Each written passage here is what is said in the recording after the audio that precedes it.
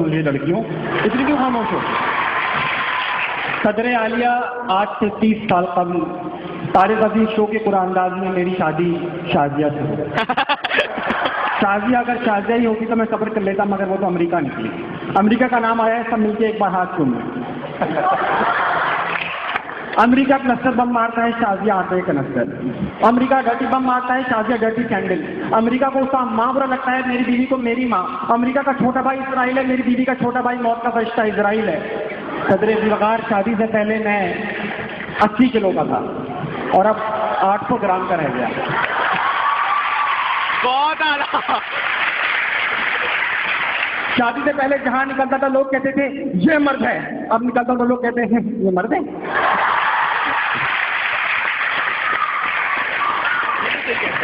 شازیہ چھوٹی موٹی بہنگی ناٹی کالی اور اتنی کالی کہ ویسٹ انڈیز والے اس سے ویزا بھی نہیں مانگتے۔ ایک دن شازیہ کا ٹکراؤ راستے میں سہیل بڑائی سے ہو گیا۔ سوال و جواب کے شوقین فوراً شازیہ سے سوال کر بیٹھے، آپ تو وہ پہلی خاتون ہیں، آپ تو وہ پہلی خاتون ہیں جن کا منہ ان کے بالوں سے زیادہ کالا ہے۔ بہت اعلیٰ۔ آپ کا دعویٰ ہے کہ آپ انسان ہیں، یہ کھلا تضاد نہیں۔ اس انٹرویو سے پہلے سہیل بڑائی کے صرف دانت نظر آتے تھے، اس انٹرویو کے بعد ان کے دانت نظر آنے کے لیے بچے ہی نہیں۔ صدر وقار، میں لڑکیوں کے سامنے تقریر کرتے ہوئے تھوڑا گھبرا رہا کیونکہ لڑکیاں محنتی بھی ہوتی ہیں اور طاقتور بھی۔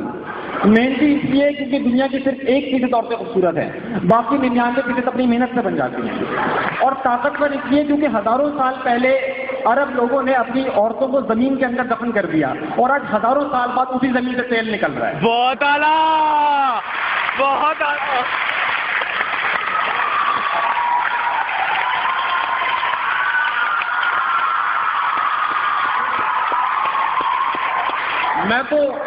میں تو اپنے بچوں کے سر پہ تیل بھی نہیں لگاتا، کہیں تیل دیکھ کر امریکہ حملہ نہ کر دے۔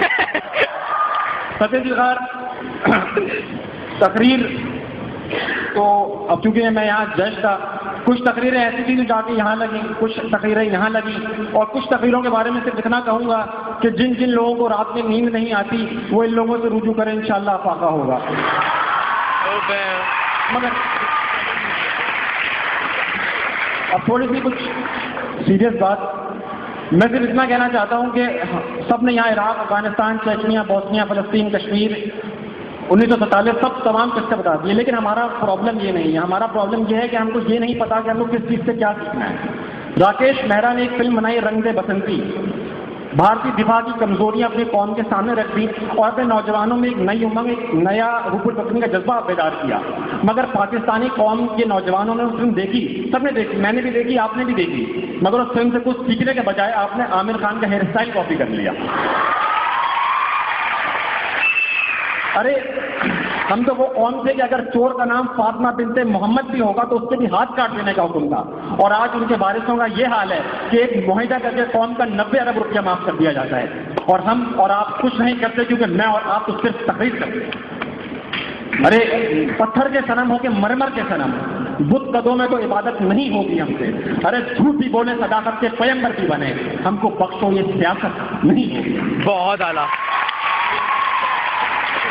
یہ تقریر ایک اتنی طاقتور چیز ہوتی ہے کہ چیئرمین ماؤ زے تونگ نے اپنی نشے میں ڈوبی ہوئی قوم کے سامنے ایک تقریر کی، چینی قوم جس کو پوری دنیا اوپین نیشن کہتی تھی، ماؤ زے تونگ کی ایک تقریر کے بعد وہ چینی قوم آج اتنی جاگ گئی کہ وہ دنیا کی سب سے بڑی اکنامک سپر پاور ہے، اور آج چائنا کا یہ دعویٰ ہے کہ 2020 تک دنیا کی تمام فیکٹریوں پر تالے لگ جائیں گے اور ہر تالے پر بھی لکھا ہوگا میڈ ان چائنا، اور میں اور آپ پھر بھی خاموش رہیں گے کیونکہ میں اور آپ کو صرف تقریر کرتے ہیں۔